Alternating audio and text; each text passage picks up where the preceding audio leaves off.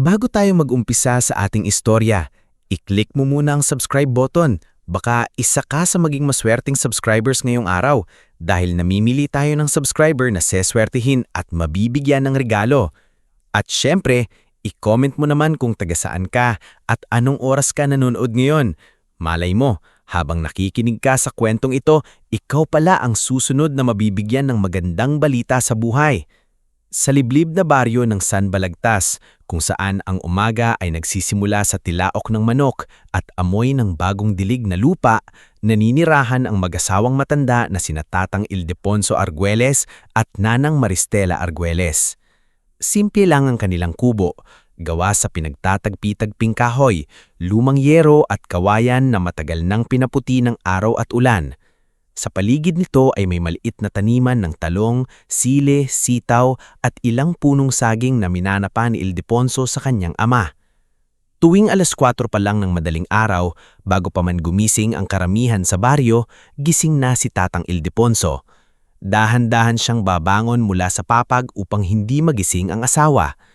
Kukunin niya ang kupas na sombrero na nakasabit sa pako sa dingding, isusuot ang lumang kamisetang may tahi sa balikat at lalabas dala ang maliit na gasera. Sa likod ng kanilang bahay ay may kulungan ng 3 biik. Hindi man kalakihan ng mga ito, para kay Ildefonso, tila mga kayamanang hindi matutumbasan ng pera. "Gising na kayo mga alaga," bulong niya habang nagbubuhos ng darak at tirang gulay sa labangan. "Kayo na lang ang natitira nating puhunan. Sana lumaki kayo ng maayos." Minsan, habang pinapakain niya ang mga biik, maririnig niya mula sa loob ng bahay ang pigil na ubo ni Maristela. Agad siyang mapapalingon, ngunit kapag papasok siya, lagi niyang madadatna ng asawa na pilit nakangiti. "Ayos lang ako, Ponso," mahinang sabi ni Maristela gamit ang palayaw sa asawa. "Nauubo lang, baka sa lamig ng madaling araw." Ngunit alam ni Ildefonso na may itinatago ang asawa. Napapansin niya ang madalas nitong paggahapo, ang pamumutla ng labi at ang paghawak nito sa dibdib kapag inaakala nitong walang nakatingin. Ilang beses na niyang iyong iniyayang magpatingin sa bayan pero palaging tumatanggi si Maristela. "Pera na naman ang iisipin mo," sabi ni Maristela isang hapon habang tinatahi ang punit na kumot. "Mas mabuti pang gamitin natin sa bigas kaysa ipampamasahe sa doktor." "Pero paano kung seryoso na yan?" tanong ni Ildefonso, nakaupo sa gilid ng papag. "Hindi ako mapapakali, Stella." Ngumiti si Maristela kahit halatang pinipilit lang. "Matanda na tayo, Ponso. Normal lang na sumakit ang katawan. Huwag kang mag-alala. Hindi pa ako aalis. Hindi kita kayang iwan." Napayuko si Ildefonso sa sinabi ng asawa. Sa mahigit 40 taon nilang samahan, si Maristela ang naging lakas niya sa lahat ng unos. Noong panahon na sinalanta ng bagyo ang kanilang palayan, si Maristela ang unang tumayo at nagsabing magtatanim sila muli. Noong halos wala na silang makain, siya ang gumawa ng paraan para gawing ulam ang dahon ng kamote at kaunting asin. At noong mawala ang nag-iisa nilang anak na si Casimiro, si Maristela pa rin ang nagpakatatag kahit gabi-gabi itong umiiyak sa unan. Si Casimiro Arguelles ang pinakamalaking sugat sa puso ng mag-asawa. 18 taon na ang lumipas mula nung umalis ito sa San Balagtas. Noon, siya ay isang binatang matalino, masipag at puno ng pangarap. Lagi siyang nangunguna sa klase kahit ang baon niya ay minsan nilagang kamote lamang. Pangarap niyang makapag-aral sa Manila at balang araw ay iaahon niya ang kanyang mga magulang sa hirap.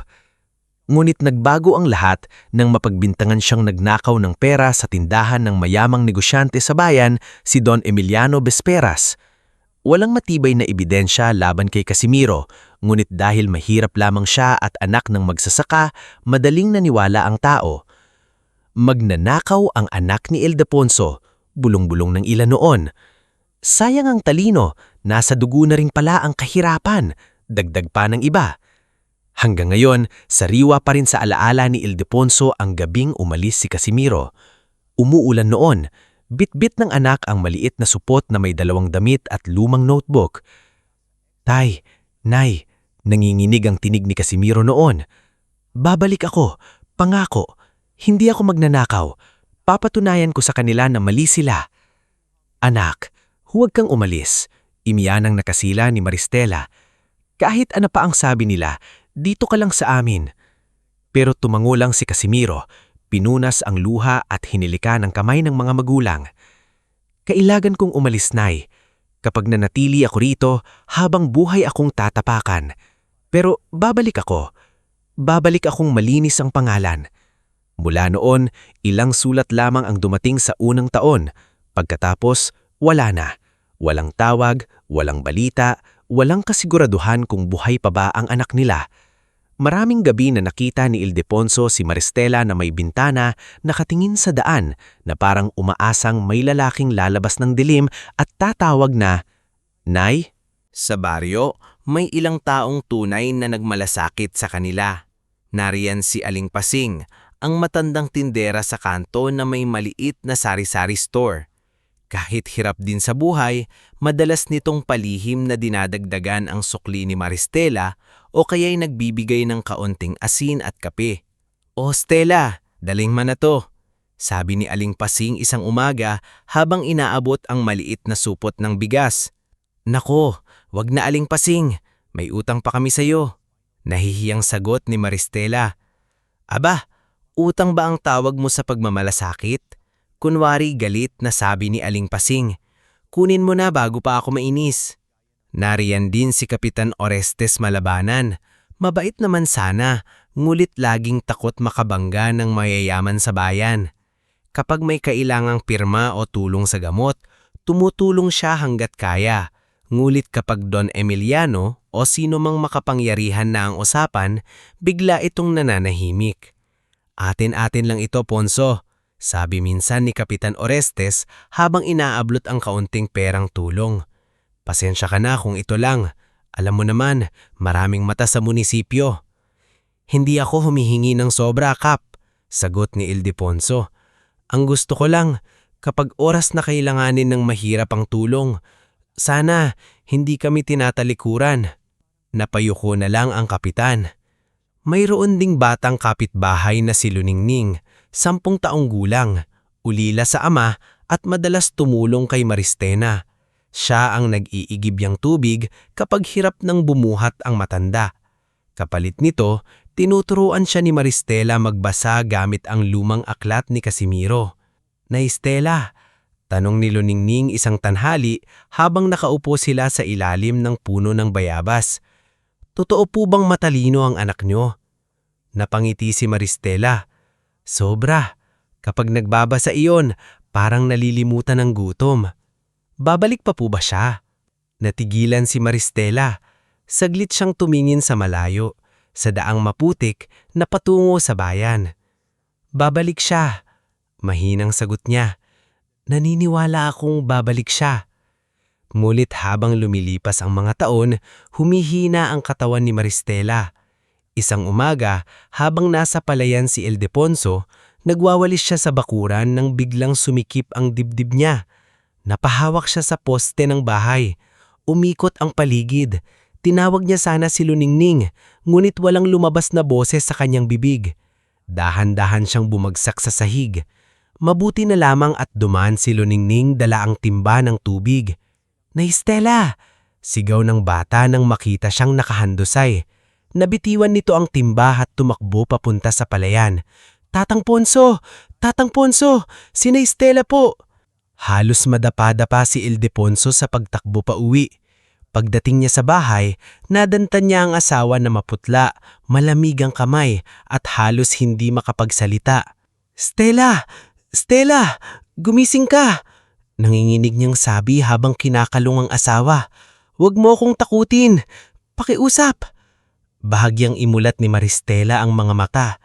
"Ponso, huwag kang magastos." "Tumigil ka!" iyak na sabi ni Ildefonso. "Buhay mo ang pinag-uusapan dito." Dumating si Aling Pasing, habulang hininga, kasunod si Kapitan Orestes at Mang Florencio, ang tricycle driver ng baryo. "Kailangan na siyang dalhin sa ospital," mariin na sabi ni Aling Pasing. "Hindi na ito simpleng hilo." Napatingin si Ildefonso sa loob ng bahay. Wala silang pera. Ang laman ng lata sa ilalim ng aparador ay ilang barya lamang, kulang pa sa pamasahe pabalik. Lumabas siya sa likod at tinitigan ang 3 biik sa kulungan. Para siyang sinaksak sa dibdib. Linapitan siya ni Kapitan Orestes. "Ponso, baka pwedeng ibenta muna natin ng isa. Sino ang bibili ngayon? Hilaw pa ang timbang. Babaratin lang tayo." Tumungo sila sa ilang kapitbahay na may kaya. Ngunit gaya ng inaasahan, walang gustong bumili ng tama. Ang isa'y tumawad ng napakababa. Ang isa naman ay tumawa pa. "Biik pa lang yan, Ponso. Hindi mo maipambabayad sa ospital yan," sabi ng lalaki. Tahimik na bumalik si Ildefonso sa bahay. Nakita niya si Maristela na pilit humihinga, hawak ang dibdib. Sa sandaling iyon, nawala ang hiya niya. Wala nang halaga ang sasabihin ng ibang tao. Kung ang tanging mayroon siya ay biik, iyon ang dadalhin niya. Kung pagtatawanan siya, titiisin niya. Ang mahalaga ay mailagtas ang babaeng kasama niya sa gutom, ulan, bahak, kahihiyan at pangungulila. Kinuha niya ang pinakamalaking biik, itinali ng maayos at binalot sa lumang sako upang hindi ito masaktan. Tinulungan ni Mang Florencio na maisakay si Maristela sa tricycle. Si Aling Pasing naman ay nag-abot ng kaunting barya at rosaryo. "Ponso," sabi ni Aling Pasing, "lakasan mo ang loob mo." Hinawakan ni Ildefonso ang kamay ng asawa. Malamig iyon, ngunit may mahinang kapit pa rin. "Stella," bulbul niya, "patawarin mo ko kung ito lang ang kaya kong dalhin." Bahagyang gumalaw ang labi ni Maristela. "Hindi mo kailangang humingi ng tawad. Sapat ka na, Ponso." Umandar ang lumang tricycle ni Mang Florencio. Mabagal na tinahak ang maputik na daan palabas ng San Balagtas. Naiwan si Luningning sa harap ng kubo, umiiyak habang kumakaway. Si Aling Pasing naman ay nakapikit na nagdarasal. Habang palayo sila sa baryo, hawak ni Ildefonso ang tali ng biik sa isang kamay at ang kamay ng asawa sa kabila. Hindi niya alam kung tatanggapin sila ng ospital. Hindi niya alam kung may doktor na maaawa. Ang alam lang niya, hindi siya uuwi nang hindi sinusubukang iligtas si Maristela. Sa bawat lubak ng daan, napapapikit siya. Sa bawat hina ng hininga ng asawa, para siyang nauubusan ng buhay. At habang papalapit sila sa bayan, hindi niya namalayang ang munting biik mo dala niya, ang tanging pambayad na kaya niyang ialay, ang magiging simula ng pinakamalaking pagsubok, kahihiyan at pagbabago sa buhay ng kanilang pamilya. Malakas ang kalampag ng lumang tricycle habang tinatahak ni Tatang Ildefonso, Nanang Maristela at Mang Florencio ang kalsadang palikuliko papuntang bayan ng San Aurelio. Ang daan mula San Balagtas ay hindi pantay. May bahagi itong lubak-lubak, may bahagi namang halos lamunin ng putik dahil sa ambon noong nagdaang gabi. Sa bawat pagyanig ng sasakyan, napapangiwi si Maristela habang nakasandal sa balikat ng asawa.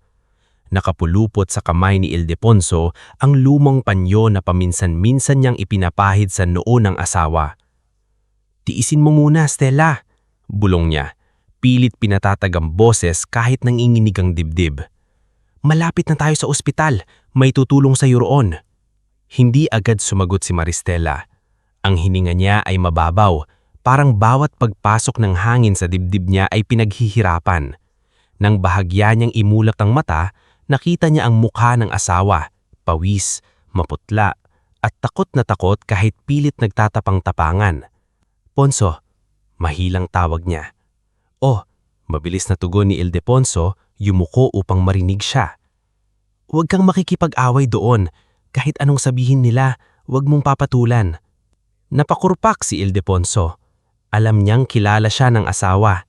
Kilala nito ang tahimik niyang pagtitiis, pero kilala rin nito ang sakit na matagal niyang kinikimkim tuwing hinahamak sila ng mga taong may hawak na pera at posisyon. "Hindi ako makikipag-away. Makikiusap lang ako." Sa likuran ng tricycle, nakatali ng maayos ang biik sa loob ng lumang sako. Paminsan-minsan itong kumikilos at umiingit, dahilan para mapatingin ang ilang taong nadaraanan nila. May batang tumawa sa gilid ng daan, May tindero namang napailing habang nakatingin sa kanila. Ngunit hindi na ito pinangsin ni Ildefonso. Sa isip niya, kung iyon lang ang kaya niyang dalhin kapalit ng pag-asa, kakayanin niyang tiisin ang kahit anong tingin. Pagdating nila sa bayan, sinalubong sila ng ingay ng mga busina, sigawan ng mga tindero at amoy ng tambutso. Matagal nang hindi nakakapunta si Ildefonso sa bahaging iyon ng San Aurelio. Para sa kanya, parang ibang mundo iyon. Malalaki ang gusali, mabilis ang mga tao at tila lahat ay may kanya-kanyang pupuntahan. Sa gitna ng lahat ng iyon ay nakatayo ang San Aurelio Medical Center, isang mataas at malinis na pribadong ospital na may makintab na salaming pinto, puting pader at malaking karatulang kulay ginto. Dahan-dahang huminto ang tricycle sa harap ng emergency entrance. "Nandito na tayo, Ponso," sabi ni Mang Florencio. "Ako na ang bahala sa tricycle. Buhatin na natin si Stella." Agad bumaba si Ildefonso. Halos dumulas siya sa pagmamadali, ngunit kumapit siya sa gilid ng tricycle. Tinulungan siya ni Mang Florencio na alalayan si Maristela. Nang itayo ang matanda, muntik nang bumagsak kaya napasigaw si Ildefonso. "Stella! Narito ako," halos pabulong na sagot niya. "Nahihilo lang ako." Bitbit ni Ildefonso sa isang kamay ang maliit na supot ng mga barya mula kay Aling Pasing habang hawak namang kabila ang braso ni Maristela. Si Mang Florencio naman ang nagdala muna ng biik sa likod nila. Pagpasok nila sa malawak na lobby ng ospital, tila biglang tumahimik ang ilang tao. Ang malinis na sahig ay tumikislap sa ilaw. Ang mga upuan ay maayos ang hanay. May mga pasyenteng nakasuot na mamahaling damit, may mga nurse na nagmamadali, at may ilang doktor na nag-uusap sa gilid. Agad na bumaling sa kanila ang tingin ng receptionist na si Nurse Janica Tablante. Bata pa ito, maayos ang ayos ng buhok, makinis ang uniform, at may titig na tila sinusukat muna ang kakayahan ng tao bago ito kausapin. "Emergency po," hingal na sabi ni Ildefonso. "Ang asawa ko, nahimatla, nahihirapan siyang huminga." Tumingin si Janica kay Maristela mula ulo hanggang paa. Pagkatapos ay napako ang mata nito sa putik ni Ildefonso sa tsinelas niya. Sumunod niyang napansin si Mang Florencio na nasa may pintuan, hawak ang tali ng sako kung saan naroon ang biik. Bahagyang kumunot ang noo ni Janica. "Ano po yan?" Sagot ni Ildefonso, halos mapahiya ngunit pinilit pa ring magsalita ng maayos. "Wala po kaming sapat na pera ngayon, pero pwede po muna itong panagot. Ibebenta ko rin po agad kung kailangan. Pakiusap, tingnan niyo muna ang asawa ko." Saglit na natahimik si Janica. Pagkatapos, tila hindi niya napigilan ang maliit na tawa. Tinakpan pa niya ng kamay ang bibig, ngunit malinaw na narinig iyon ni Ildefonso. Ilang tao sa waiting area ang napalingon. "Sir?" sabi ni Janica. Pilit formal pero halatang nang mamaliit. "Hindi po kami tumatanggap ng hayop bilang payment. Private hospital po ito." "Alam ko po," sagot ni Ildefonso. "Pero emergency po ito. Kahit first aid lang, kahit tingnan lang siya ng doktor. Ako na po ang gagawa ng paraan sa bayad." Lumapit ang isang lalaking doktor na may suot na malinis na puting coat. Siya si Dr. Teodoro Laksamana, kilalang cardiologist sa ospital. Matangkad siya, makinis ang sapatos, at may mamahaling relo sa pulso. Narinig niya ang usapan at napatingin sa sako sa tabi ni Mang Florencio. "Anong nangyayari rito?" tanong niya. "Dok," sagot ni Janica.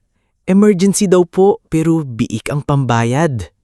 Hindi napigilan ni Dr. Teodoro ang mapang-uyam na tawa. "Biik?" Nagpalipat-lipat ang tingin niya kay Ildefonso, kay Maristela at sa sako. Pagkatapos ay tumao siya ng mas malakas, sapat para marinig ng ilang intern na nasa malapit. "Akala yata nila palengke ito, o baka veterinary clinic ang hinahanap ninyo, tatang." May ilang batang intern ang napangiti. Ang isa pa ay bumulong sa katabi, pero sapat ang lakas para marinig ni Ildefonso. "Grabe, ngayon lang ako nakakita ng pasyenteng may kasamang baboy na pambayad." Napayuko si Maristela. Kahit nang hihina, kitang-kita sa mga mata niya ang hiya. Hinawakan niya ang kamay ni Ildefonso at bahagyang pinisil ito. Ponso, umuwi na lang tayo, mahinang sabi. Hindi, mariing bulong ni Ildefonso. Hindi tayo uuwi. Mula sa kabilang hallway, dumating naman si Doktora Priscilla Montemayor, ang administradora ng ospital. Kilala siya sa pagiging istrikta at halos walang emosyon kapag tungkol sa billing. Napatingin siya sa maliit na pagtitipon sa lobby at agad na simangot. Bakit may hayop sa entrance? This is a medical facility. May sanitation protocol tayo. Ma'am, pakiusap. Pasensya na po. Hindi ko po ito dinala para manggulo. Wala lang po talaga akong ibang maipanghahawakan. Ang asawa ko po, parang puso ang problema. Nahihirapan siyang huminga. Pakiusap po. Tiningnan ni Doktora Priscilla si Maristela. Pagkatapos ay ibinalik ang tingin kay Ildefonso. May PhilHealth ba kayo? HMO? Cash deposit? Napalunok si Ildefonso. Wala po, pero may kaunti po akong barya dito. At itong biik po, may halaga naman po ito. Ibebenta ko po. Hindi pwede, putol ni Doktora Priscilla. Hindi charity ward ang San Aurelio Medical Center. Kung walang down payment, dalhin niya siya sa public hospital. Malayo pa po ang public hospital. Baka hindi na kayanin ni Nanang Stella ang biyahe. Hindi yun problema ng ospital. Parang may kumurot sa puso ni Ildefonso. Hindi siya sanay magmakaawa sa harap ng maraming tao. Sa buong buhay niya, kahit gutom, kahit baon sa utang, kahit minamaliit, pinipilit niyang tumayo ng may dignidad. Pero sa sandaling iyon, handa siyang lumuhod kung iyon ang kapalit ng buhay ng asawa. Doktora, sabi niya nanginginig na ang boses. Maawa po kayo. Mahigit 40 taon ko pong kasama ang babaeng ito. Hindi po ako humihingi ng libre. Huwag niyo na lang po siyang pabayaan ngayon. Kahit isulat niyo ang pangalan ko. Kahit kunin niyo ang lupa namin. Kahit ang 2 pang biik sa bahay, ibibigay ko. Basta tingnan niyo lang po siya. Natahimik ang ilang tao. Ngunit si Dr. Teodoro ay tila lalo pang naaaliw. Lupa? Biik? Ano pa, tatang? Manok? Itlog? Sabi sabay iling. Hindi ganyan ang sistema rito. Sa gilid ng lobby, ang isang nurse ang kanina pang hindi mapakali. Siya si Nurse Selwyn Madrigal, nasa late 30s, kilala sa pagiging tahimik ngunit maalaga sa pasyente. Nakita niya ang pangingitim ng labi ni Maristela at ang hirap nitong huminga. Hindi na niya natiis. Dr. Teodoro, baka pwede king makuha muna ang vital signs. Mukhang unstable po ang pasyente.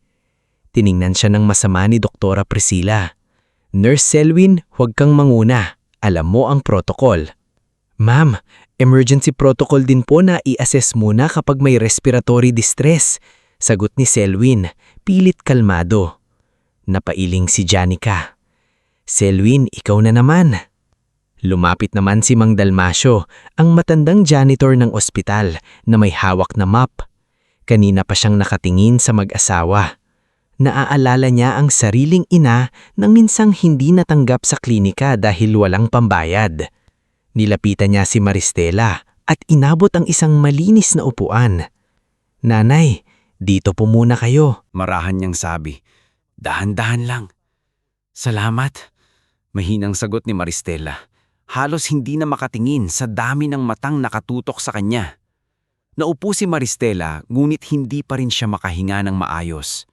Inilabas ni Selwyn ang blood pressure apparatus at pulse oximeter mula sa triage cart. Bago pa siya tuluyang makalapit, hinarang siya ni Dr. Priscilla. I said no, mariing sabi nito. Kapag nag-umpisahan natin ang procedure, papasok na yan sa billing. Sino ang mananagot? Ako po, biglang sabi ni Ildefonso. Ako ang mananagot, hindi ako datakas.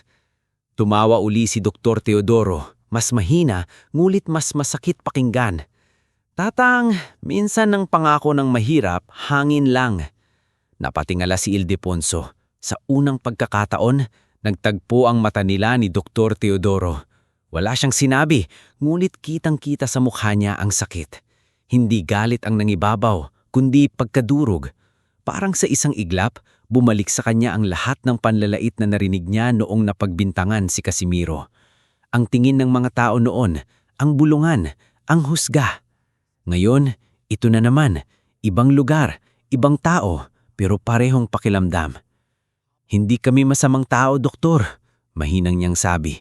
Mahihirap lang kami. Sandaling tumahimik ang paligid, ngunit bago pa makasagot si Dr. Teodoro, may isang lalaking nakatayo malapit sa hallway ang napako ang tingin kay Ildefonso. Hindi siya doktor, nakasuot siya ng simpleng polo, may dalang folder at tila may hinihintay na kausap sa billing department. Siya si Ramil Cordero, legal aid ng isang malaking medical logistics company mula Manila. Napadaan lamang siya sa ospital upang asikasuhin ang ilang dokumento. Kanina pa niyang pinagmamasdan ang matanda. May pamilyar sa mukha nito, ang hubog ng panga, ang lalim ng mata, ang paraan ng pagkakayuko kapag nagpipigil ng damdamin. Biglang sumagi sa isip niya ang lumong litrato na minsang ipinakita sa kanya ng dati niyang kaklase at kaibigan, si Casimiro Arguelles. Dahan-dahang kinuha ni Ramil ang cellphone niya, hindi para pagtawanan ang nangyayari, kundi para magkaroon ng ebidensya.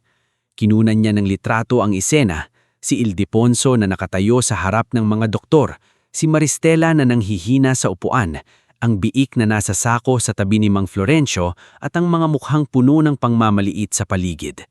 Lumayo ng kaunti si Ramil at tinawagan ang numero na matagal na niyang hindi nitatawagan ng personal. Ilang ring lang, may sumagot sa kabilang linya. Ramil, malamig ngulit pagod na boses ng lalaki. May problema ba sa shipment? Napakuyom ng kamay ni Ramil. Sir Casimiro, hindi ito tungkol sa shipment. Sandaling katahimikan. Tungkol saan? Lumingon si Ramil sa lobby. Nakita niya si Ildefonso na muling nagmamakaawa habang si Marispela ay tila lalo nang nanghihina. Kailangan niyo pong umuwi sa San Aurelio, sabi Ramil, mabigat ang tinig. Ngayon din. Bakit? Tanong ni Casimiro. Huminga ng malalim si Ramil bago sumagot. Ang mga magulang niyo po, nandito sa San Aurelio Medical Center. Pinagtatawanan sila ng mga doktor dahil biik lang daw ang pambayad nila. Sa kabilang linya, walang agad na sumagot, ngunit narinig ni Ramil ang biglang pagbagal ng hininga ni Casimiro, na parang may matagal nang nakabaong sugat na biglang nabuksan. Sigurado ka? Tanong ni Casimiro, halos pabulhong. Opo sir, nakilala ko po ang tatay niyo sa litrato at ang nanay niyo, mukhang kailangan ng agarang tulong. Muling tumingin si Ramil sa lobby. Nakita niyang pinilit ni Nurse Selwyn na kunin ang pulso ni Maristela kahit masama ang tingin ni Dr. Priscilla. Si Mang Dalmasio naman ay tahimik na tinabihan si Ildefonso, parang sinasabing hindi siya nag-iisa. Si Mang Florencio ay nakatayo pa rin sa may pinto, hindi alam kung itatago ang biik o ipaglalaban itong tanggapin. Pagkatapos ng ilang segundong katahimikan, nagsalita si Casimiro. Huwag mo silang iiwan, Rami, sabi nito. Mababa ang tinig, ngulit ramdam ang pigil na galit. Pauwi na ako. Pinatay ni Ramil ang tawag at mahigpit na hinawak ang cellphone. Alam niya na mula sa sandaling iyon, hindi na simpleng panghihiya sa lobby ang nangyayari. May darating. May anak na matagal nang nawalay, dala ang bigat ng 18 taon, ang sugat ng maling paratang at ang kapangyarihan na hindi alam ng mga taong kasalukuyang tumatawanan sa kanyang mga magulang. Samantala, sa gitna ng malamig at maliwanag na lobby, hindi pa rin alam ni Tatang Ildefonso na ang tawag na iyon ang unang hakbang ng pagbabalik ng anak na matagal na nilang hinintay. Ang alamlam niya ay kailangan niyang manatiling nakatayo kahit durog na ang dignidad niya dahil nakasalalay sa pagtitiis niya ang buhay ni Nanang Maristela. Sa kabilang dulo ng Manila, sa loob ng isang mataas na gusaling yari sa salamin at bakal, nakaupo si Casimiro Arguelles sa gitna ng isang conference room habang nakaharap sa mga report tungkol sa shipment ng medical machines papunta sa iba't ibang ospital sa buong bansa.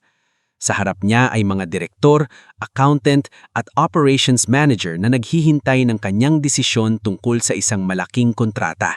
Ngunit matapos ang tawag ni Ramil Cordero, parang biglang nawala sa kanya ang lahat ng tunog sa paligid. Hindi niya narinig ang tanong ng finance officer, Hindi niya napansin na ilang segundo na siyang nakatitig sa mesa. Ang taning paulit-ulit na umuukit sa isip niya ay ang sinabi ni Ramil, ang mga magulang niya nasa ospital, pinagtatawanan dahil biik lang ang pambayad. Sir Casimiro? Maingat at tawag ng assistant niyang si Quenby Araulo. Ayos lang po ba kayo? Dahan-dahang itinaas ni Casimiro ang tingin. Sa kanyang muka ay walang sigaw, walang biglang pagputok ng galit. Ngunit sa katahimikan niya ay may bigat na nakapagpatahimik sa buong silid. Mababa niyang sabi, "Cancel all my meetings today." Nagkatinginan ng mga kasamahan niya. "Sir, may board call po tayo mamayang 3:00. Paalala ng isang direktor." "Cancel it," ulit ni Casimiro. "At tawagin mo si Attorney Mireya, ngayon din." Tumanggo agad si Quenby at luhabas ng silid. Ilang sandali pa, pumasok si Attorney Mireya Soldevilla, ang pangunahing abogado ni Casimiro. Kilala siya sa pagiging mahinahon, matalas mag-isip at hindi madaling matinag kahit sa malalaking negosyasyon. Napansin niya agad ang kakaibang lamig sa mukha ni Casimiro. "May nangyari," sabi ni Mireya. Tumayo si Casimiro at kinuha ang coat sa likod ng uspihan. "Ang mga magulang ko. Natagpuan sila ni Ramil sa San Aurelio Medical Center." Napahinto si Mireya. Alam niya ang kaunting bahagi ng nakaraan ni Casimiro. Ang baryong iniwan nito, ang maling paratang, at ang mga magulang na hindi nito natagpuan kahit ilang beses na siyang nagpadala ng kao noon. Buhay sila? Mahinang tanong niya. Tumanggo si Casimiro. Mungit na mula ang kanyang mga mata. "Buhay. Pero ang nanay ko, nasa panganib. At ang tatay ko." Napahinto siya, tila nilulunok ang galit. Hindi na nagtanong pa si Mireya. "Anong kailangan mong gawin ko? Alamin mo kung sino ang may-ari ng San Aurelio Medical Center. Alamin mo kung magkano ang utang nila. Lahat. Ngayon din." Habang mabilis na kumikilos ang legal team, tumawag naman si Casimiro kay Dr. Bastian Rivera, isang matagal na niyang kaibigan at respetadong medical director sa Maynila. Si Bastian ang tumulong sa kanyang kumpanya noong nagsisimula pa lamang ito sa medical logistics. Hindi man sila madalas magkita, malalim ang tiwala nila isa't isa. "Bastian," sabi ni Casimiro nang sumagot ito. "Anong kaso?" "Possible cardiac emergency. Matandang babae. Si nanay." Saglit na tumahimik si Bastian. "I'm on my way." Walang mahabang paliwanag. Walang alinlangan. Iyon ang dahilan kung bakit pinagkakatiwalaan siya ni Casimiro. Makalipas ang ilang minuto, nasa loob na ng sasakyan si Casimiro kasama sina Mireya at Quenby.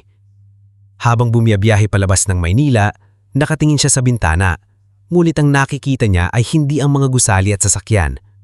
Ang nakikita niya ay ang maliit nilang kubo noon sa San Balagtas. Ang mukha ng kanyang ina habang inahain ng nilagang kamote.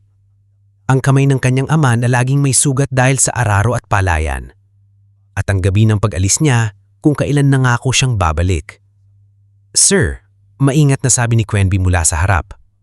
"Nakakuha na po ako ng initial report. Ang San Aurelio Medical Center ay baon sa utang. May 2 board members na gustong ibenta ang shares nila. May pending lawsuit din tungkol sa denied emergency admission noong nakaraang taon." Napalingon si Casimiro. "Denied admission?" "Opo. May pasyenteng hindi raw inasikaso dahil walang deposit." Kumuyom ang kamay ni Casimiro.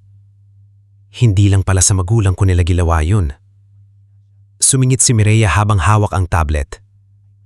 "May existing offer from another buyer pero hindi pa finalized. Kung papasok tayo ngayon, pwede nating bilhin ang controlling interest bago matapos ang araw." "Pero kailangan mong maging sigurado, Casimiro. Hindi maliit na halaga ito." Tumingin si Casimiro sa kanya. "Anong dignidad ng magulang ko, Mireya?" Hindi nakasagot ang abogado. "Hindi ko bibilhin ang ospital para magyabang. Bibilhin ko ito dahil kung kaya nilang pagtawanan ng isang matandang may sakit, ibig sabihin may bulok na sistema sa loob. At kung walang hahawak para ayusin, uulit lang ito sa ibang mahirak." Sa San Aurelio Medical Center, ipinilit ni Nurse Selwyn na maipasok si Maristela sa triage area kahit malamig ang pagtutuol ni Dr. Priscilla. Ginamit niya ang salitang temporary assessment upang hindi agad masakop ng billing. Si Dr. Teodoro naman ay naiinis na nakatayo sa gilid habang tinitignan ang resulta ng vital signs. Mababa ang oxygen saturation, irregular din ang pulso. Then refer them out. Hindi natin pwedeng saluhin lahat ng walang pambayad. Narinig iyon ni Ildefonso mula sa gilid. Nakaupo siya sa maliit na bench sa tabi ng kama ni Maristela. Hawak nito ang kanyang kamay. Sa labas ng emergency curtain, naroon pa rin si Mang Florencio at ang biik, habang si Mang Dalmasio ay pahilim na nag-aabot sa kanila ng tubig. Nani Stella. Bulbul ni Selwyn habang inaayos ang unan. Huwag po kayong mag-alala. Gagawa po tayo ng paraan.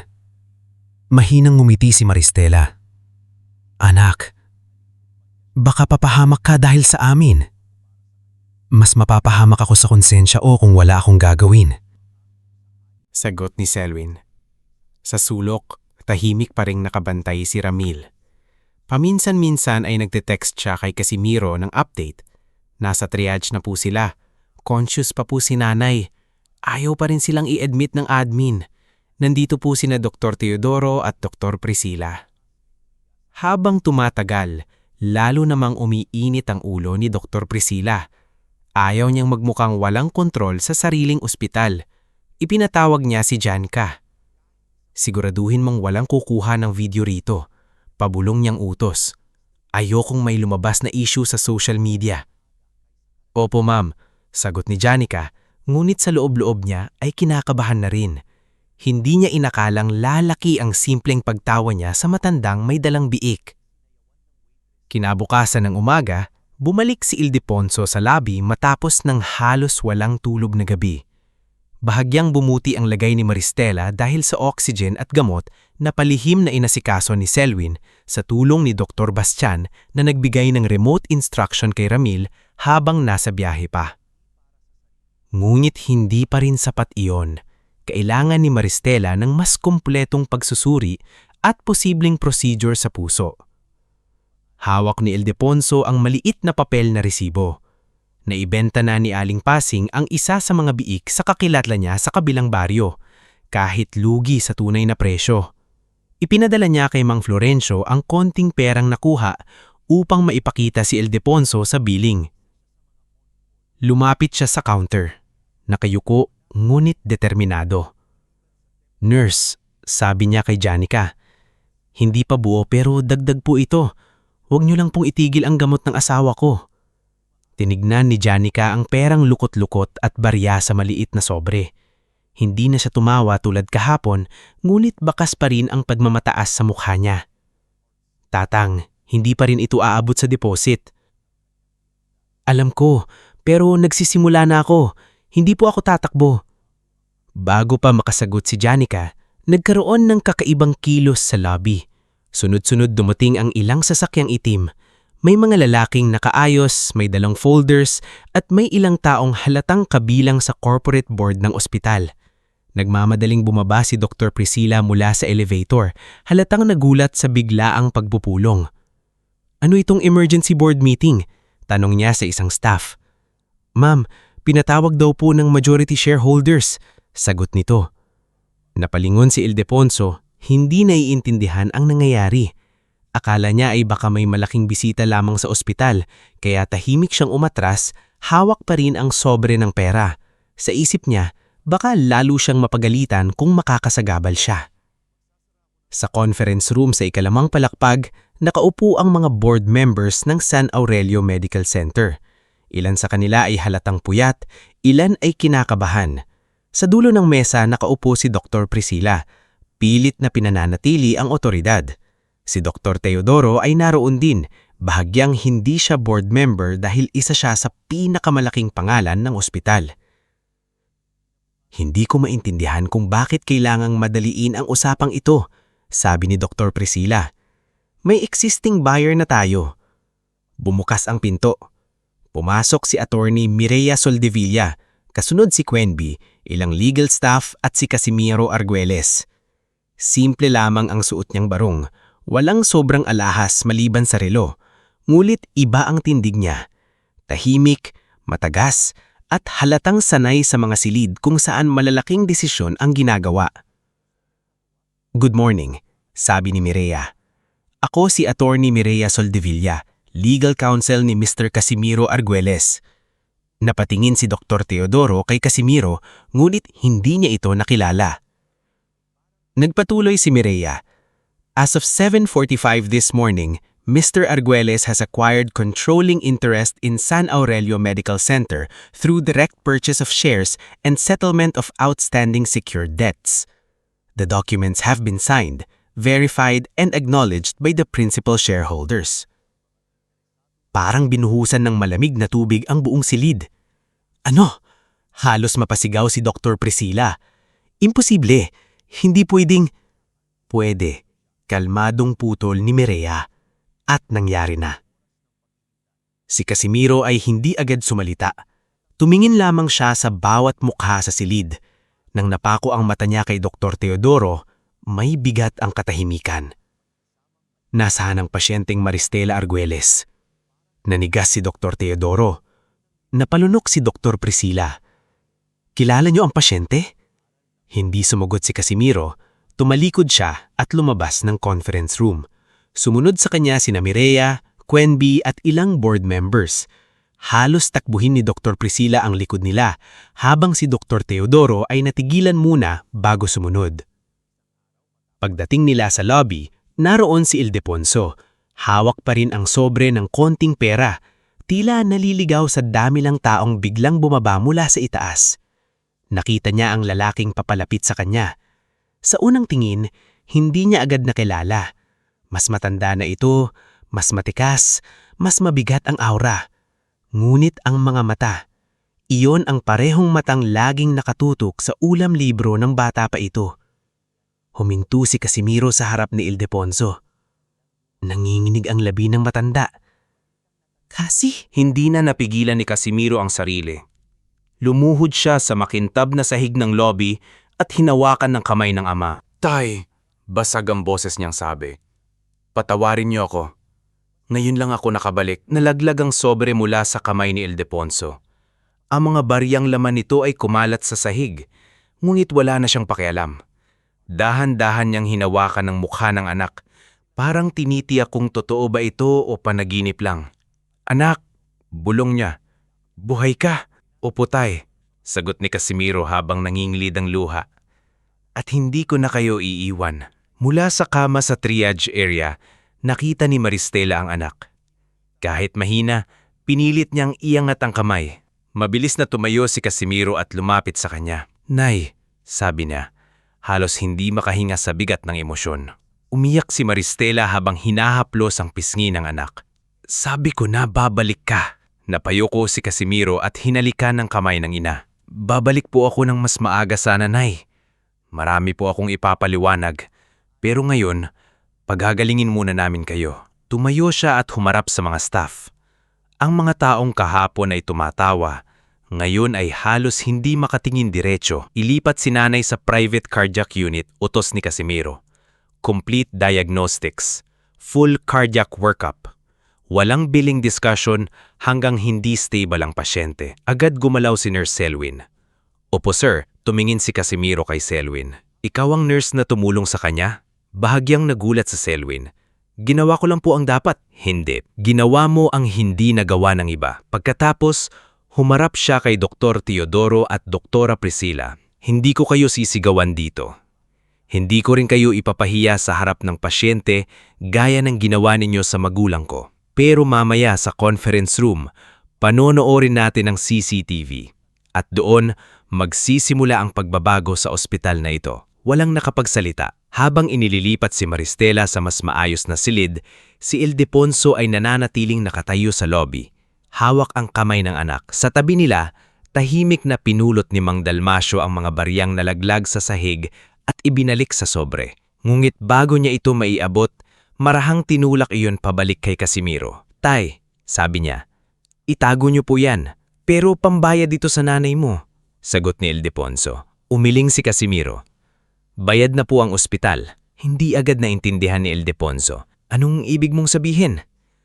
Tumingin si Casimiro sa paligid, sa counter, sa mga doktor, sa mga pasyenteng nakasaksi At sa pintuan kung saan kahapon ay pumasok ang kanyang ama na may dalang biik at buong tapang na nagmamakaawa, binili ko na po ang San Aurelio Medical Center. At simula ngayon, walang mahirap na palalayasin dito dahil lang wala siyang hawak na pera. Hindi agad kumalat sa buong bayan ang nangyari sa San Aurelio Medical Center. Ngulit sa loob mismo ng ospital, parang may hangin dumaan na nagpabago sa bawat sulok nito. Ang dating lobby na puno ng bulungan at panghuhusga ay biglang naging tahimik. Ang mga staff na kahapon ay nakatingin lamang habang pinapahiya sina Tatang Ildefonso at Nanang Maristela ay ngayon hindi malaman kung saan ilalagay ang kanilang mga mata. May hiya, may takot, at may ilan ding tila ngayon lamang natauhan sa bigat ng kanilang naging pananahimik habang itinutulak ng orderly ang kama ni Maristela papunta sa private cardiac unit. Hawak pa rin ni Casimiro ang kamay ng ina. Sa kabilang gilid naman ay si Ildefonso, mabagal ang lakad. Parang hindi pa lubos na maunawaan kung paano nangyari ang lahat. Kanina lamang, hawak niya ang sobre ng baryang pinaghirapan, naninginig sa harap ng counter. Ngayon, ang anak niyang inakala nilang nawala na sa buhay nila ang naglalakad sa tabi niya. Tahimik, muit sinusunod ng lahat. "Anak," mahinang sabi ni Maristela habang nakahiga. "Huwag mong hayaang mawala ng trabaho ang lahat dahil sa amin," napatingin si Casimiro sa ina. Kahit nasa gitna ito ng karamdaman, ang iniisip pa rin ay ang kapakanan ng iba. "Nay, hindi ko po sila huhusgahan ng padalos-dalos. Pero kailangan nilang managot sa ginawa nila. Hindi lang sa inyo, kundi sa lahat ng pasyenteng pinabayaan noon." Bahagyang pumikit si Maristela. "Ang hustisya, anak, dapat may kasamang puso." Tumigil sandali si Casimiro sa paglalakad. Tinamaan siya sa simpleng pangungusap ng ina. Sa loob ng maraming taon sa negosyo, natuto siyang maging matigas. Natuto siyang makipaglaban sa boardrooms, kontrata, at mga taong kayang ngumiti habang nanlalamang.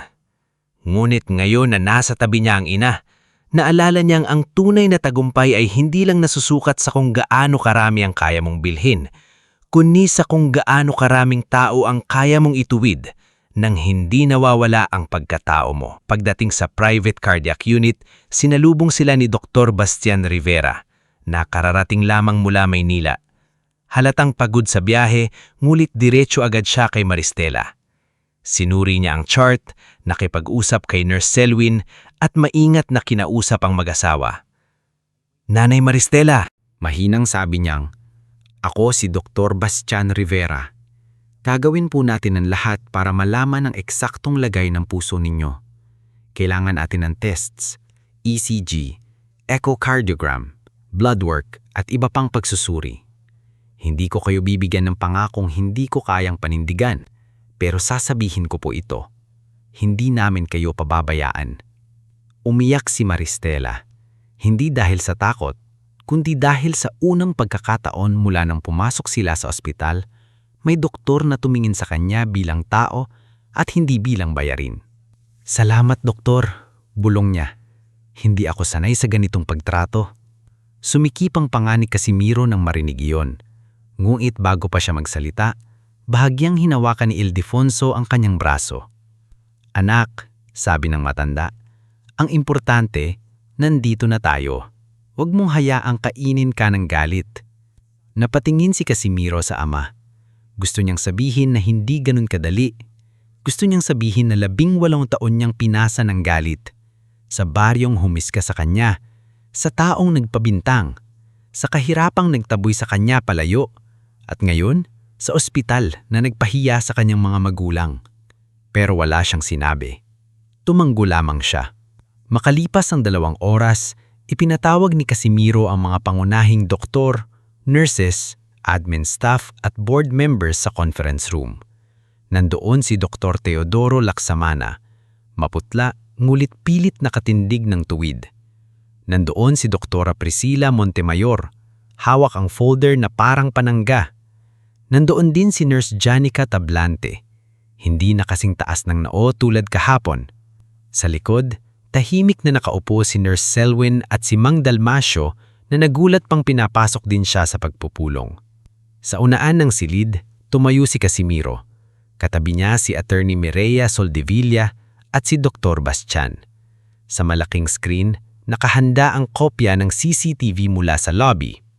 Hindi ko kayo tinipon dito para ipahiya. Simula ni Casimiro. Tinipon ko kayo dahil kailangang harapin ng ospital na ito ang sarili nitong muka. Pinindot ni Quenby ang remote. Lumabas sa screen ang kuha noong nakaraang araw. Si Ildefonso na hawak ang tali ng biik, si Maristela na halos hindi makahinga, si Janica na natatawa, si Dr. Teodoro na nanguuyam, at si Dr. Priscilla na malamig na tumatanggi. Walang nagsalita habang tumatakbo ang video, taming mahihinang buntong hininga ang maririnig. Nang matapos ang footage, hindi agad nagsalita si Casimiro. Hayaan niyang maramdaman ng lahat ang bigat ng katahimikan. Ang babae nasa video, sabi niya sa wakas, ay hindi lang nanay ko, isa siyang pasyente. Ang lalaking nakatayo sa harap ninyo na may dalang biik ay hindi lang tatay ko. Isa siyang asawang desperadong iligtas ang pinakamamahal niya. Kung hindi sila magulang ko, kung walang Ramil Cordero na nakikilala sa kanila, ano ang mangyayari? Palalayasin ninyo ba sila? Hahayaan niyo bang mamatay ang isang tao sa labas dahil walang deposito? Napayuko si Nurse Janica. Si Dr. Teodoro naman ay nagbuntong hininga na parang naiipit sa sariling pride. Mr. Arguelles, sabi ni Dr. Teodoro, I admit the words were unnecessary, but hospitals have policies. We cannot operate purely on emotion. Napatingin si Casimiro sa kanya. Hindi ko sinabing patakbuhin ang ospital gamit lang ang emosyon. Ang sinasabi ko, huwag ninyong tanggalan ng puso ang propesyon ninyo. Tumayo si Dr. Bastian at inilapag ang ilang papel sa mesa. Effective immediately, magkakaroon ng bagong emergency assessment protocol. Walang pasyenteng may urgent symptoms ang tatanggihan ng hindi nasusuri. Billing will not come before stabilization. I will temporarily serve as Chief Medical Director while we restructure clinical operations. Napatingin si Dr. Priscilla.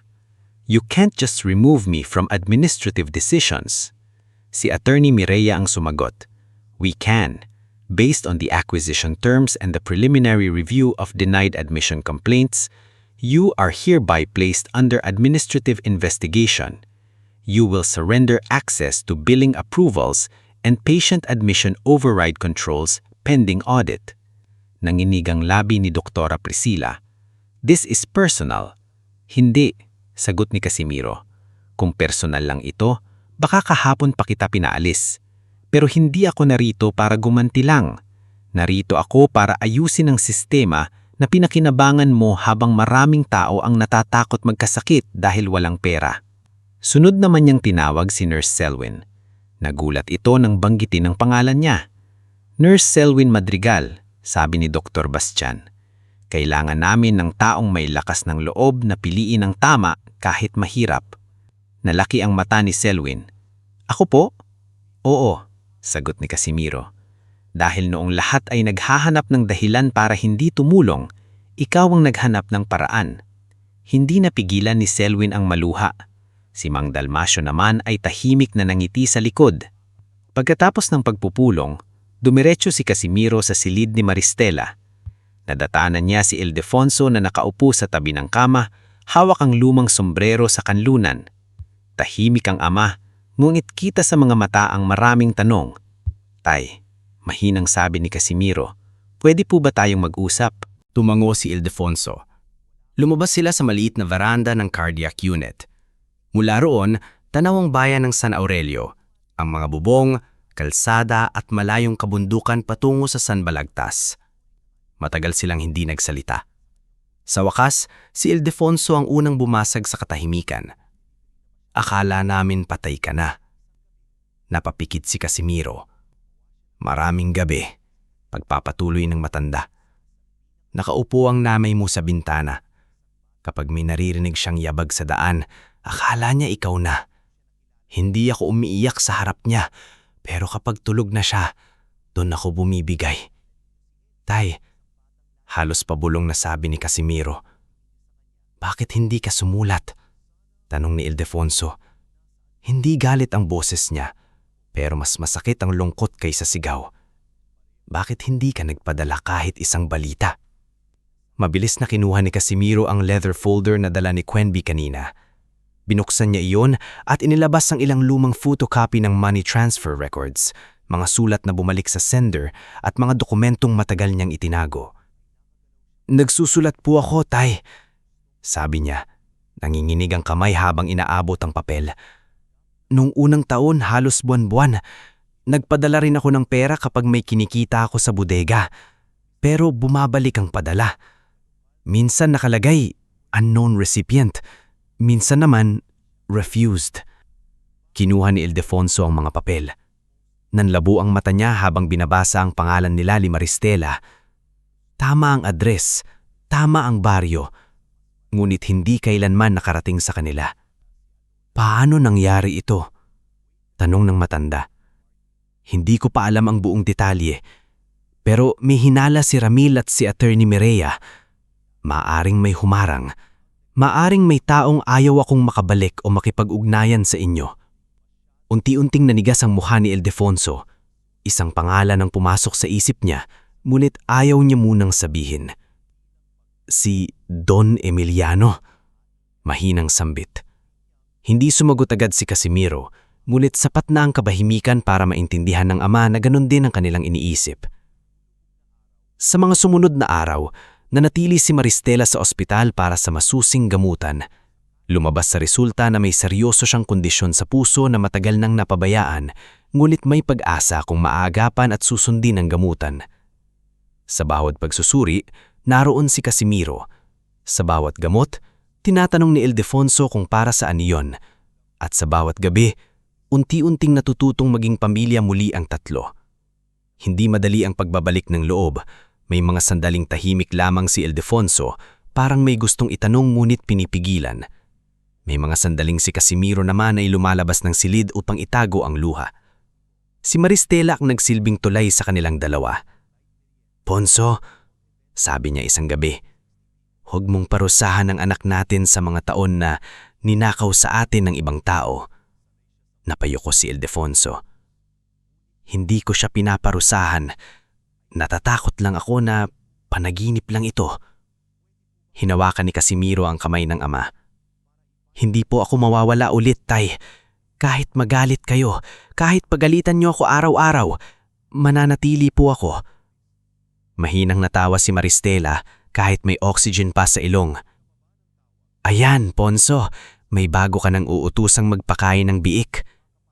Sa unang pagkakataon matapos ang mahabang panahon, napangiti si Ildefonso ng totoo. Habang nagpapagaling si Maristela, nagsimula namang kumilos si Casimiro para sa baryo. Hindi siya agad nagtayo ng marangyang bahay o nagparada ng kayamanan.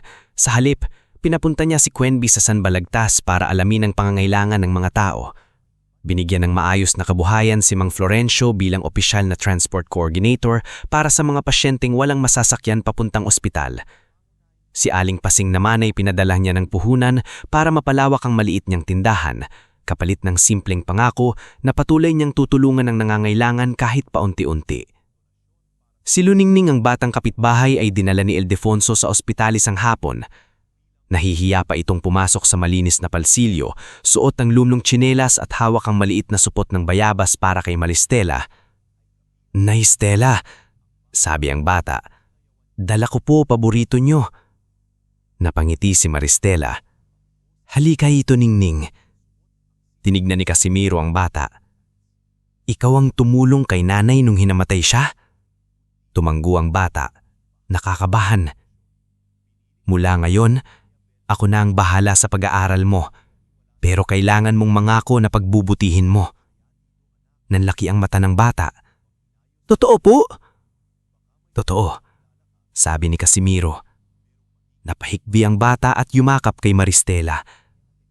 "Ni Stella, makakapag-aral na ako." Sa panahong iyon, nagsimulang mabuo ang idea ni Casimiro tungkol sa isang foundation para sa mga mahihirap na pasyente. Nang iminuhang siya na pangalanan iyong bilang Arguelles Charity Fund, umiling si Ildefonso. "Huwag pangalan natin," sabi ng matanda. "Bakit po?" Tumingin si Ildefonso sa labas ng bintana, Tila naaalala ang biik na dala niya sa labi nung araw na halos durugin ang kanyang pagkatao. Dahil hindi tayo ang dapat maalala ng tao. Dapat maalala nila na kahit ang pinakamaliit at pinakanakakahiya sa paningin ng iba, pwedeng maging simula ng pag-asa. Doon ipinanganak ang pangalang Biyaya ni Biik Foundation. Nang marinig iyon ni Maristela, natawa siya ng mahina. Aba, ang biik pa natin ang sisikat. Ngunit sa likod ng tawanan, may lalim ang pangalang iyon. Para kay Ildefonso, simbolo iyon ng dignidad na tinapakan ngunit hindi tuluyang nasira. Para kay Maristela, paalala iyon na kahit sa pinakamatinding kahihiyan, may awa pa ring maaaring sumulpot. Para kay Casimiro, panata iyon na hindi niya hahayaang ang ospital na minsang nagpaluha sa kanyang mga magulang ay manatiling lugar ng takot para sa mahihirap. Isang linggo matapos ma-admit si Maristela, bumalik ang kaunting kulay sa kanyang pinski. Hindi pa siya ganap na magaling, ngunit mas maayos na ang paghinga niya. Sa tabi ng kama, nakaupo sina Ildefonso at Casimiro, parehong tahimik habang pinapanood siyang matulog. "Tay," sabi ni Casimiro, "kapag gumaling si nanay, gusto kong ipagawa ang bahay natin sa San Balagtas. Lagyan mo lang ng matibay na bubong," sagot ni Ildefonso. "Huwag mong gawing mansyon, baka hindi na kami makatulog doon." Napangiti si Casimiro. "Kayo pa rin ang masusunod." Saglit na natahimik si Ildefonso bago nagsalita muli. "Anak, hindi ko pa alam kung paano haharapin ang lahat ng nangyari, pero nagpapasalamat ako at nakabalik ka." Napatingin si Casimiro sa ama. "Ako po ang dapat magpasalamat, tay. Hinintay niyo pa rin ako." Sa labas ng silid, abala ang ospital sa bagong sistema. Sa loob naman, isang pamilyang matagal na pinaghiwalay ng kahirapan, maling paratang, at katahimikan ang unti-unting muling binubuo ang sarili, hindi sa isang araw, hindi sa isang yakap lamang, kundi sa bawat uusapan, bawat pagpapatawad, at bawat pangakong hindi na sila muling bibitaw sa isa't isa. Lumipas ang ilang linggo mula nang mabuo ang Biyaya ni Biik Foundation, at unti-unting naramdaman ng buong bayan ng San Aurelio ang pagbabago sa ospital. Ang dating lugar na kinakatakutan ng mahihirap ay nagsimulang magkaroon ng mas bukas na pintuan. Sa emergency room, may bagong patakaran na nakapaskil sa dingding. Unahin ang buhay bago ang bayarin. Sa tabi nito ay may maliit na desk kung saan nakaupo si Nurse Selwyn Madrigal, tumutulong sa mga pasyenteng walang alam kung paano kumuha ng tulong, paano mag-fill out ang forms, o paano makihusap ng hindi kinakailangang magmukhang kawawa. Si Nanang Maristela ay unti-unting gumagaling. Hindi pa siya pwedeng mapagod, ngunit mas maganda na ang kulay ng kanyang mukha. Tuwing umaga, dahan-dahan siyang naglalakad sa hallway ng ospital habang hawak sa isang braso ni Tatang Ildefonso at sa kabila naman ay inaalalayan ni Luningning. Lagi siyang pinapagalitan ni Ildefonso kapag masyado nang mabilis ang lakad. "Stella, dahan-dahan lang, hindi ito karera," sabi niya isang umaga. Napangiti si Maristela. "Aba, buong buhay mo akong pinaghahintay, Ponso. Ngayon lang ako makakalakad ng medyo mabilis, pinipigilan mo pa." Natawa si Luningning, habang si Ildefonso naman ay umiiling, ngunit hindi maitago ang saya sa mukha. Para sa kanya, sapat nang marinig ang biro ng asawa. Ilang linggo lang ang nakalipas, akala niya ay mawawala na ito sa kanyang mga bisik. Samantala, si Casimiro ay halos hindi nagpapahinga. Sa umaga, inaasikaso niya ang operasyon ng ospital kasama sina Dr. Bastian Rivera at Attorney Mireya Soldevilla. Sa hapon, kinakausap niya ang staff, kinakilatis ang lumang reklamo at tinitiyak na ang mga pasyenteng dating tinanggihan ay mabibigyan ng pagkakataong magpagamot. Hindi siya laging nangingiti, ngunit hindi rin siya malupit. Ang gusto niya ay malinaw. May dapat managot, may dapat matuto, at may dapat magbago. Ngunit hindi lahat ay natuwa sa pagbabagong iyon. Sa malaking bahay ni Don Emiliano Vespera sa bayan, nagningiting ang matandang negosyante habang nakaupo sa kanyang malawak na sala. Sa harap niya ay ang anak niyang si Severino, lalaking pinalaki sa luho ngunit walang tiyaga sa trabaho. Nasa mesa nila ang ilang dyaryo at printout ng online posts tungkol kay Casimiro at sa pagbili nito sa San Aurelio Medical Center. "Hindi ako makapaniwala," madiing sabi ni Don Emiliano habang hinahampas ang baston sa sahig. "Ang batang yan? Ang anak ng magsasakang yan? Siya ngayon ang pinag-uusapan ng bunga bayan." "Keso nakakainis, pa. Kahit saan ako pumunta, puro siya ang naririnig ko. Keso mabait daw, keso tumutulong daw sa mahihirap. Parang santo. Naningit ang mata ni Don Emiliano. Matagal na niyang kinaningihis ang pamilyang Arguelles. Noon pa man, naiinis na siya kay Casimiro dahil mas magaling ito sa klase kaysa kay Severino. Nang mapagbintangan niya ang binata ng pagnanakaw, akala niya ay tuluyan na itong mawawala. Hindi niya inasahang babalik ito na mas makapangyarihan pa kaysa kanya. Kailangan sirain ang pangalan niya, sabi ni Don Emiliano. Kapag pinaniwala natin ang bayan na binili niya ang ospital para mag-eganti, matatakot ang investors, mawawalan ng tiwala ang tao. May kilala akong radio commentator, si Baldo Incharte. Bayaran lang yon, magsasalita na. Kinabukasan, nagsimulang kumalat ang balita sa radyo. Sa programang Boses ng Bayan, paulit-ulit na binanggit ni Baldo Incharte na delikado raw ang bagong pamamalakad sa San Aurelio Medical Center. Mga kababayan, dramatikong sabi ni Baldo sa ere, sigurado ba dayong malasakit ang dahilan ng pagbili ni Casimiro Arguelles sa ospital? O baka ito ay personal na paghihiginti lamang dahil napahiya ang pamilya niya? Paano na ang mga doktor? Paano na ang kalidad ng serbisyo kung emosyon ang pinaiiral? Mabis kumalat ang usapan. May ilang pasyente ang nag-aalinlangan. May ilang mayayamang pamilya ang naglipat ng appointment sa ibang ospital.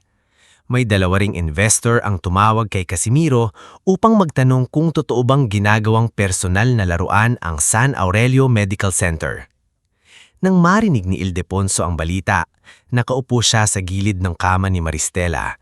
Hawak niya ang maliit na radyo ni Mang Dalmasio na iniiwan sa silid. "Anak," sabi niya kay Casimiro, "dahil ba sa amin kaya kanila sinisira?" Iniling si Casimiro, "Hindi po tay, matagal na silang takot sa katotohanan. Nagkataon lang na ngayon wala na silang matataguan." "Pero baka masyado kang napapagod," dagdag ni Maristela. "Hindi namin gustong maging dahilan ng gulo sa buhay mo." Lumapit si Casimiro sa ina at umupo sa tabi nito. "Nay, buong buhay ko po dala ko ang pangarap na maipagtanggol kayo. Pero hindi na lang ito tungkol sa atin, tungkol ito sa lahat ng taong walang boses." Doon nagdesisyon si Atty. Mireya na hindi sapat ang tahimik na pag-aayos. Kailangan ng formal na pagdinig sa munisipyo, hindi para gumawa ng iskandalo, kundi para ilabas ang mga ebidensya. Tinawagan niya si Kapitan Orestes Malabanan, ang dating takot magsalita kapag may mayamang sangkot. Sa una, nag-atubili ang kapitan. "Attorney, malaking tao si Don Emiliano. Maraming koneksyon iyan." "At kaya nga kailangan ng isang taong unang titindig," sagot ni Mireya. "Kapitan ka ng San Balagtas. Kung hindi ikaw ang magsisimula, sino?" Matagal na natahimik si Kapitan Orestes. Naalala niya sina Ildefonso at Maristela. Ang mga panahong alam niyang naaapi ang mga ito, ngunit pinili niyang huwag makialam. Sa wakas, huminga siya ng malalim. "Sige," sabi niya, "panahon na siguro para bumawi ako." Sa araw ng pagdinig, napuno ang bulwagan. Naroon ang mga taga San Balagtas, mga staff ng ospital, ilang pasyenteng dating tinanggihan at mga mamamayahag mula sa lokal na radyo at dyaryo. Dumating din si Don Emiliano, nakabarong at nakataas ang noo, kasama si Severino at ilang abogado.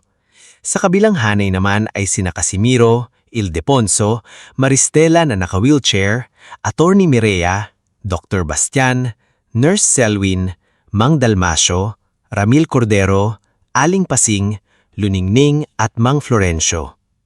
Unang tumestigo si Nurse Selwyn. Mahinahon niyang kinuwento ang nangyari noong dumating ang mag-asawa sa ospital. Hindi niya pimalabis, hindi niya dinramahan. Sinabi lamang niya ang totoo. "Bilang nurse," sabi ni Selwyn, "alam kong may protokol, pero alam ko rin na may hangganan ang protokol kapag buhay na ang nakataya. Noong araw na iyon, nakita ko ang isang pasyenteng nangangailangan ng tulong at isang asawang handang ibigay kahit ang huli nilang pag-aari. Ang masakit, mas nauna pang makita ng ilan ang biik kaysa ang taong nahihirapang huminga." Tahimik ang bulwagan. Sumunod naman si Mang Dalmasio. Dala niya ang lumang folder ng incident reports na matagal na pala niyang itinago. Nanginginig ang kamay niya habang inaabot ito kay Atty. Mireya. "Hindi po ako nakapagtapos. Janitor lang po ako. Pero marunong po akong makaramdam kapag mali ang nangyayari. Ilang beses na pong may pasyenteng umiiyak sa labi dahil walang deposit. Ilang beses ko pong pinulot ang papel na pinapapunit sa akin. Hindi ko po pinunit lahat, itinago ko ang iba. Nang buksan ng folder, lumabas ang mga reklamo, pangalan ng pasyente, petsa at pirma ng ilang admin staff. Namutla si Dr. Priscilla Montemayor na nasa likod ng bulwagan. Pinatawag bilang bahagi ng investigasyon. Hindi niya matingnan si Mang Dalmaso. Sumunod naman si Ramil Cordero. Ipinakita niya ang litrato at video kuha niya sa labi. Ipinakita rin niya ang mga dokumentong nagsasabing may ilang sulat at padala noon kay Ildefonso at Maristela na hindi nakarating sa kanila. Dito na nagsimulang iba ang mukha ni Don Emiliano. Tungkol naman sa lumang paratang kay Casimiro Arguelles, sabi ni Ramil, may nakuha kaming affidavit mula sa isang empleyado ng tindahan ni Don Emiliano. Ayon sa kanya, inutusan siyang sabihin na nakita niya si Casimiro malapit sa kaha, kahit hindi ito totoo. Nagbulong-bulong ang tao. Tumayo si Don Emiliano. Paninira iyan, matagal na ang kasong iyan. Tumayo rin si Attorney Mireya. Matagal na, oo. Pero ang katotohanan, kahit matagal ilibing, hindi nabubulok. Iniharap niya ang pahayag ng dating empleyado, pati ang lumang ledger na nagpapakitang hindi nawawala ang perang sinasabing ninakaw, kundi inilipat lamang sa ibang talaan. Si Severino ay napaupo, namumutla. Si Don Emiliano naman ay hindi na makapagsalita ng tuwid. Sa gitna ng pagdinig, biglang tumayo si Ildefonso. Suot niya ang lumang sombrero ng magsasaka. Dahan-dahan siyang lumakad sa harap, kahit pinipigilan siya ni Casimiro. "Tay, ako na po ang bahala," bulong ni Casimiro. Umiling si Ildefonso. "Hindi anak, buong buhay mong pinasa ng kasalanang hindi sa'yo. Hayaan mong ako naman ang magsalita." Tumayo siya sa gitna ng bulwagan. Hindi siya sanay sa mikropono, kaya bahagyang nanginginig ang boses niya noong una. "Ako po si Ildefonso Arguelles," simula niya. "Magsasaka, mahirap, ama, asawa." Nung dinala ko ang asawa ko sa ospital, biik lang ang dala ko. Hindi dahil yun lang ang halaga ng buhay niya, kundi dahil yun lang ang natira sa amin. Tahimik ang lahat. Pinagtawanan kami. Masakit yun. Pero mas masakit isipin na kung hindi pala mayaman ang anak ko, baka hanggang ngayon, may matandang nakapila sa kung saan, pinapauwi dahil walang pambayad. Hindi ko hinihiling na durugin ang mga taong nanakit sa amin. Ang hinihiling ko, huwag na sanang maulit. Huwag ninyong hintayin na may anak na bilyonaryo ang mahirap bago ninyo siya respetuhin. Napaluha si Maristela habang nakikinig. Si Casimiro naman ay nakayuko, pinipigil ang pag-iyak. Pagkatapos ng pagdinig, sunod-sunod ang naging resulta. Si Dr. Priscilla Montemayor ay formal na kinasuhan dahil sa financial misconduct at pagtatago ng mga reklamo ng pasyente. Si Dr. Teodoro Laksamana ay tinanggal bilang department head. Ngulit sa halip na tuluyan siyang itapon, pinayagan siyang manatili bilang doktor sa ilalim ng mahigpit na kondisyon. Kailangan niyang maglingkod sa Rural Medical Mission ng ospital sa loob ng 1 taon. Noong una, tinanggap niya iyon na parang parusa. Mulit sa mga baryong pinuntahan niya, nakita niya ang mga batang may lagnat na 3 araw nang hindi na ipapatingin. Mga inang nagtitipid sa gamot para lang may pambili ng bigas, at mga amang katulad ni Ildefonso na nahihiyang humingi ng tulong. Doon unti-unting nabasag ang pagmamataas niya. Isang araw, bumalik siya sa silid ni Maristela, hindi bilang aroganting doktor, kundi bilang taong marunong ng yumuko. "Nanay Maristela," sabi niya, "wala akong karapatang humingi agad ng kapatawaran, pero gusto kong sabihin na mali ako. Sa inyo, kay Tatang Ildefonso, at sa propesyong dapat kong pinarangalan." Tumingin si Maristela kay Ildefonso. Tahimik ang matanda. Pagkatapos, marahan siyang tumanggo. Doktor, sabi ni Maristela, ang kapatawaran hindi ibig sabihin ay kalimutan ang ginawa. Ibig sabihin, bibigyan ka ng pagkakataong patunayan na hindi ka na ganun. Napayuko si Dr. Teodoro. Salamat po. Si Nurse Janica naman ay sumailalim sa community service sa patient advocacy desk. Doon niya naranasang makipag-usap sa mga pasyenteng dating minamaliit niya. Ilang linggo matapos iyon, lumapit siya kay Maristela na umiiyak. Nanay, patawad po sa pagtawa ko noon. Hindi ko po naisip na isang tawa pala pwedeng makasugat ng ganong kalalim. Hinawakan ni Maristela ang kamay niya. Tandaan mo lang, nak, ang uniforme mo hindi korona. Panangatugan yan. Tuluyang bumagsak ang impluensya ni Don Emiliano. Nung lumabas ang katotohanan tungkol sa lumang parantang kay Casimiro, umatras ang kanyang mga kasosyo.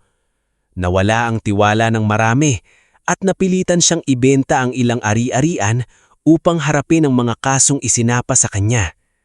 Hindi nagdiwang si Casimiro sa pagbagsak nito. Nung minsang tanungin siya ni Ramil kung bakit hindi siya mukhang masaya, simple lang ang sagot niya. Hindi gumagaling ang sugat dahil nasugatan din ang nanakit sayo. Gumagaling ito kapag hindi mo na hinahayaang kontrolin ng ginawa nila. Lumipas ang 3 taon. Ang San Aurelio Medical Center ay hindi na katulad ng dati. May libreng emergency assessment para sa mahihirap. May rural medical missions buwan-buwan. At may biyaya ni Biik Foundation na tumutulong sa gamot, operasyon at pamasahe ng mga pasyenteng walang-wala. Si Nurse Selwyn ay naging pinuno ng Patient Advocacy Department. Si Mang Dalmasio, kahit janitor pa rin ang tawag niya, ay naging respetadong tagapayo ng ospital pagdating sa mga simpleng hinaing ng mga pasyente. Si Mang Florencio ay may maliit ng fleet ng tricycle na naghahatid ng pasyente mula sa malalayong baryo. Si Aling Pasing ay may mauyos ng grocery store, ngunit hindi pa rin niya nakakalimutang magtabi ng bigas para sa kapitbahay na nangangailangan. Si Luning-Luning naman ay nag-aaral na sa high school bilang scholar ni Casimiro at nangangarap maging nurse na Selwyn. Sa San Balgates, inayos ni Casimiro ang lumang bahay ni Ildefonso at Maristela. Hindi ito ginawang mansyon ayon sa bilin ng ama. Pinatibay lamang ang bubong, inayos ang sahig, nilagyan ng maayos na kusina, at gumawa ng maliit na silid kung saan pwedeng magpahinga si Maristela. Sa likod ng bahay, nanatili ang maliit na kulungan ng biik. May mga bagong alaga roon, hindi na bilang huling pag-asa na kailangang ibenta, kundi bilang paalala ng pinagdaanan nila. Isang hapon, habang kulay kahel ang langit at malamig ang simoy sa palayan, nakaupo si Maristela sa duyan sa ilalim ng puno ng bayabas. Mas malakas na siya ngayon kahit kailangan pa ring mag-ingat. Si Ildefonso ay nagdidilig ng gulay, suot pa rin ng lumang sombrero. Si Casimiro naman ay nakaupo sa bangko. Pinapanood ang ilang batang scholar ng foundation na naglalaro sa bakuran kasama si Luning-Luning. Nay, Sabi ni Casimiro, masaya po ba kayo rito? Pwede pa rin po kayong lumipat sa mas malaking bahay. Ngumiti si Maristela.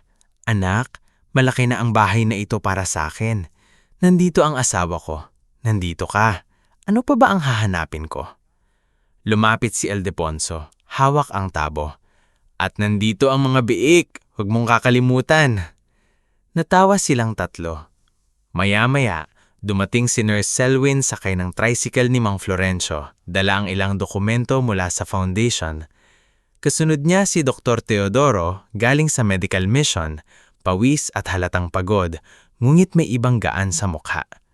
Binati niya sina Ildefonso at Maristela ng may tunay na paggalang. Tatang, nanay, sabi niya, tapos na po ang mission sa Sitio Maligaya. 42 pasyente ang natingnan namin. Marami kang natulungan, doktor, sabi ni Ildefonso. Tumanggo si Dr. Teodoro. Marami rin po akong natutunan. Tahimik na ngumiti si Maristela. Sa sandaling iyon, nakita niyang may mga taong talagang kayang magbago kapag piniling harapin ang sariling pagkakamali. Habang lumalalim ang hapon, nagtipon-tipon sila sa bakuran. May simpleng salo-salo, pansit mula kay Aling Pasing, kakanina dala ni Kapitan Orestes, at mainit na tsaa para kay Maristela. Walang magarbong handaan, walang mamahaling dekorasyon, ngunit puno ang lugar ng tawanan, kwento, at kapayapahang matagal nilang ipinagdasalan. Tumingin si Casimiro sa kanyang mga magulang. Naalala niya ang batang umalis noon sa gitna ng ulan, bit-bit ang galit at pangakong babalik. Hindi niya ibinalik ang mga taong nawala sa kanila. Hindi niya ibinalik ang 18 taon. Ngunit sa wakas, naibalik niya ang katotohanan, dignidad, at pagkakataong magmahal muli ng walang takot. Hinawakan ni Ildefonso ang kamay ni Maristela. "Stella," mahina niyang sabi, "buti na lang hindi tayo sumuko." Tumingin si Maristela sa kanya. Pagkatapos ay kay Casimiro. "Hindi tayo sumuko dahil may hinihintay pa pala tayong magandang wakas." Sa dulo ng bakuran, umiingit ang isang maliit na biik habang hinahabol ng mga bata. Natawa ang lahat. At sa ilalim ng papalubog na araw, ang pamilyang minsang pinagtawanan dahil walang ibang pambayad kundi biik, ay naging dahilan upang ang isang buong ospital, isang buong bayan, at maraming pusong matigas ay matutong muli kung ano ang tunay na halaga ng awa, respeto, at pamilya.